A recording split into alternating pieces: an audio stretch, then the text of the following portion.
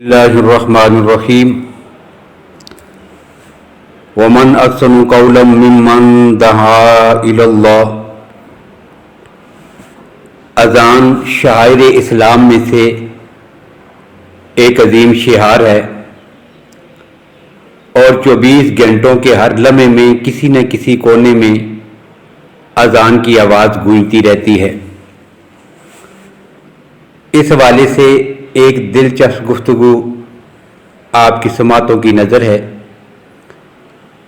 کرۂ ارض پر 24 گھنٹوں کے ہر لمحے میں کسی نہ کسی کونے میں اذان کی آواز گونجتی ہے۔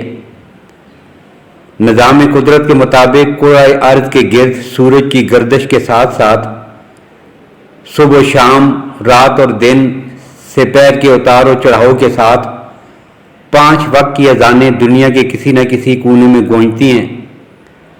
تفصیلات کے مطابق انڈونیشیا دنیا کے انتہائی مشرق میں واقع ہے اور یہ اسلامی ملک ہزاروں سمندری جزائر کا رقبہ اپنے اندر سموئے ہوئے ہے۔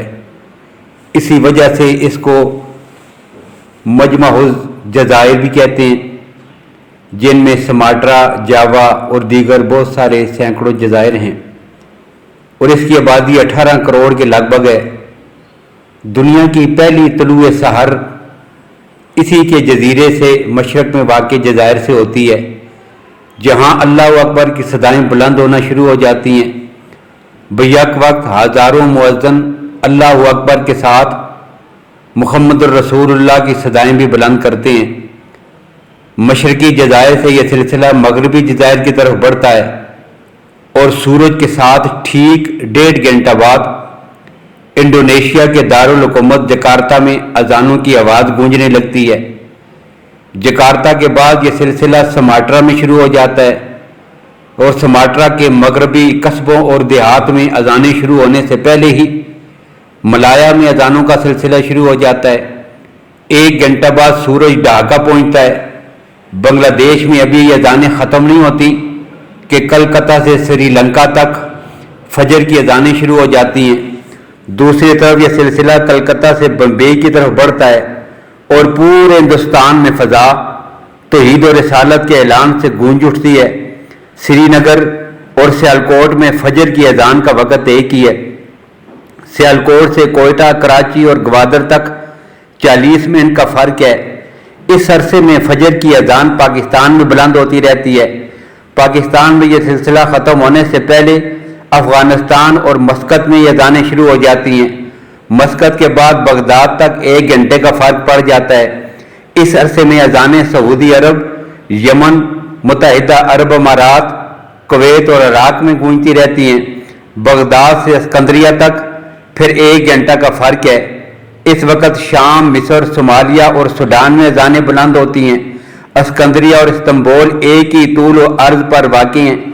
مشرق ترکی سے مغربی ترکی تک 1.5 گھنٹے کا فرق ہے۔ اس دوران ترکی میں اذانوں کا سلسلہ شروع ہو جاتا ہے۔